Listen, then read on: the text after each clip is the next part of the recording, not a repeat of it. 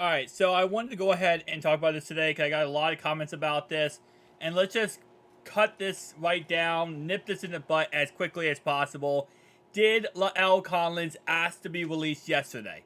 There's a lot of speculation around it of, well, Collins asked to be released because he didn't want to compete with Jonah Williams and he wanted to have a chance at joining a new team and potentially, becoming the starter, right? Well, here's the exact quote here from Psy.com or Fan Nation. It says, and I quote, he never asked for his release. Despite some speculation that he wanted to test the market, league sources confirm the Bengals gave themselves cap flexibility for future moves. That's why they moved on from Collins. So just again, a quick thing here, and then we're going to get right into the whole Zack Taylor comments and what Zack Taylor said today about, the whole release with, Collins and why they released him. But no, Collins did not ask for release. There's a lot of speculation saying that Collins asked for release. But let's go ahead and get right into it. So, starting off right away, Zack Taylor actually just had a press conference, and they asked about the whole La'el Collins release. Because let's be honest, it was one of the situations where you look at it and you say, okay, what the actual fluff, right? Because Collins is a very good depth piece behind Jonah Williams. Jonah Williams is now has only played right tackle in the NFL for one game. And even that one game, he didn't look perfect, but I mean, what do you expect? It's his first game ever. I mean, you can't expect him to go against the best defensive line in the game and look, like freaking Willie Anderson out there, right? He's not going to. He's going to take some time to develop. But, and he only played one drive of the preseason, and that's only because he forced himself to play one drive. The Bengals weren't going to play him in one drive of the preseason. He told Frank Pollock and Zack Taylor that, hey, listen, I need to play. I need to go out there and play something, or else I'm not going to be ready for the regular season, right? He wanted to get up the game speed. So, he finally got a chance, and he looked actually pretty serviceable. He didn't look perfect, but he looked serviceable, okay? And he looked like he have a good foundation moving forward for, future endeavors. But us cutting Collins, again, like I said, does not make sense. Because at the end of the day, you want depth. What happened last year in the playoffs in the AFC Championship game? Our biggest problem was we didn't have right tackle.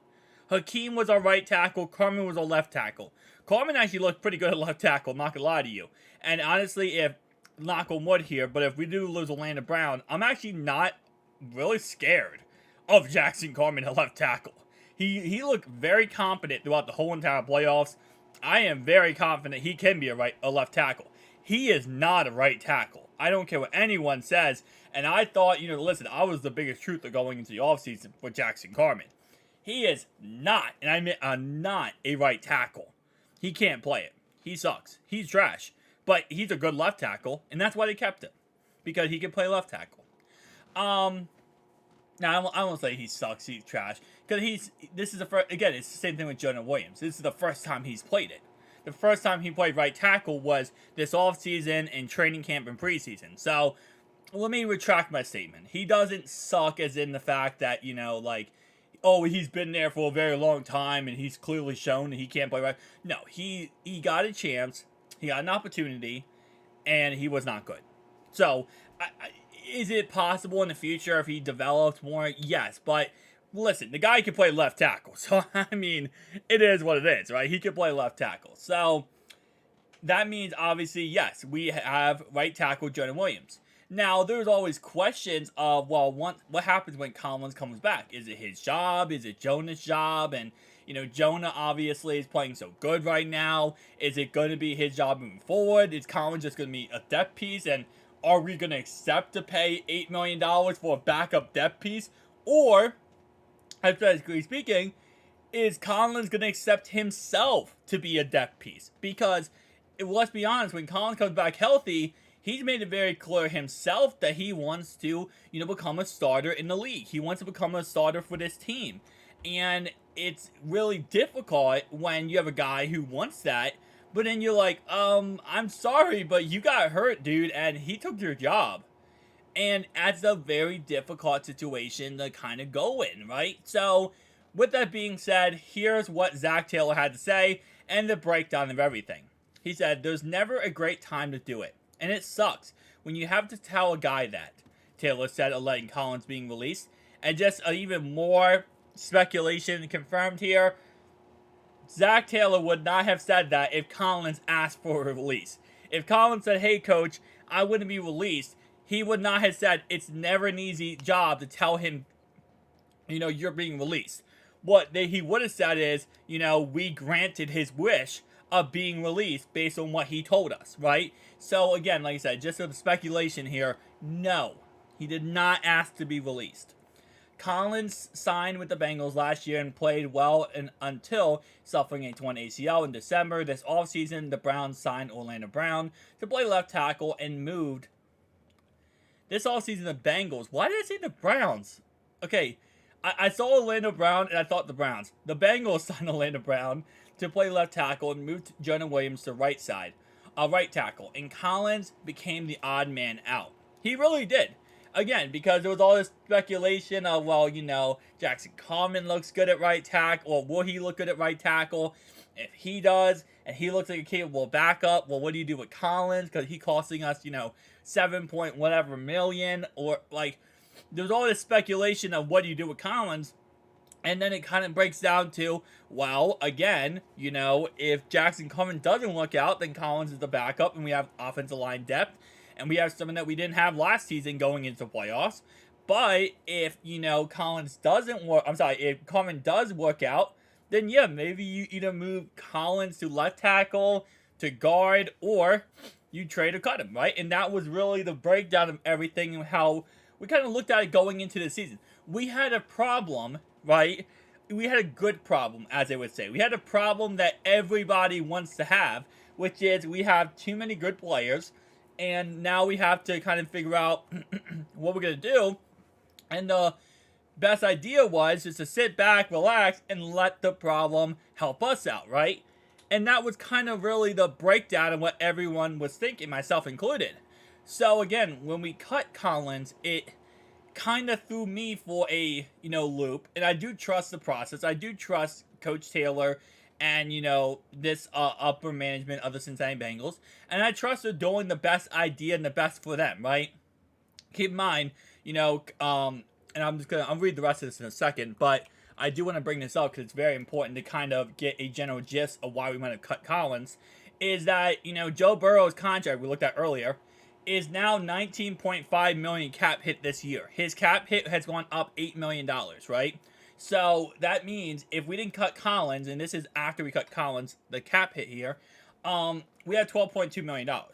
Before we cut Collins, that was $6 point whatever million less. So we would have been at around 6.1 million if we didn't cut Collins in our cap. Now, that's not too horrendous until you look at the fact that these are the players we need to re-sign.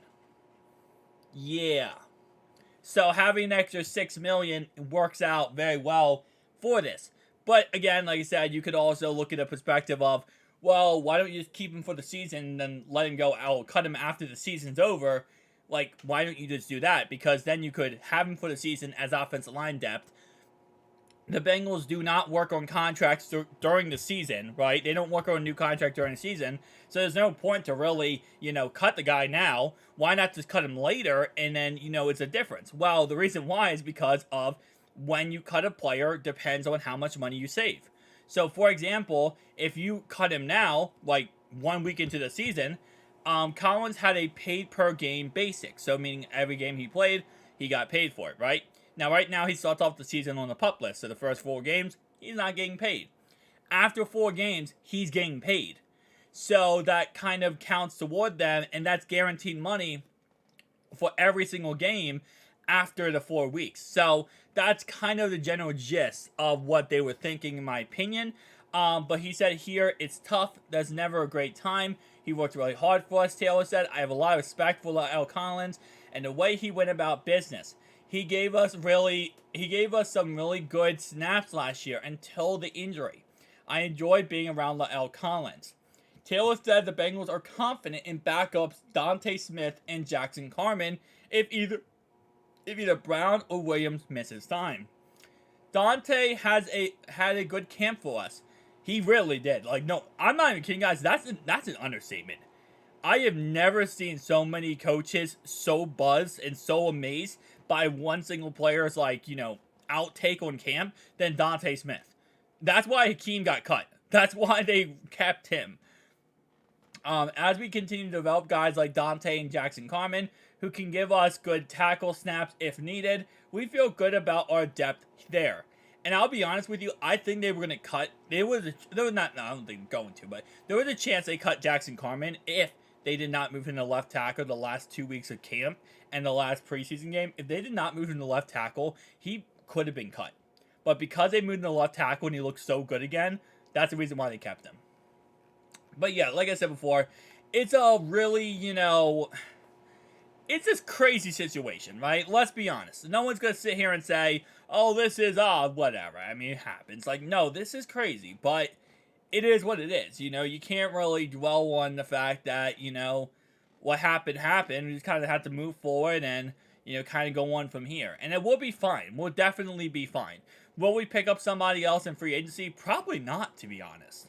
They, based on what hearing Coach, and I know this is a very big little snippet from it, but Coach and the rest of the crew, they sound very confident in Collins and, in Smith and, Jackson Carman. So I think moving forward, we're going to see those guys as a backup, and we're just going to have to pray that this never becomes a situation where we're going to have to utilize those guys in any way as our starters, right? That's pretty much it. And we're going to hope that Jonah Williams continues to progress throughout the season and he gets better and better. I mean, that's really all we can do at this point. So, thank you guys for watching. I'll see you guys next one. Peace.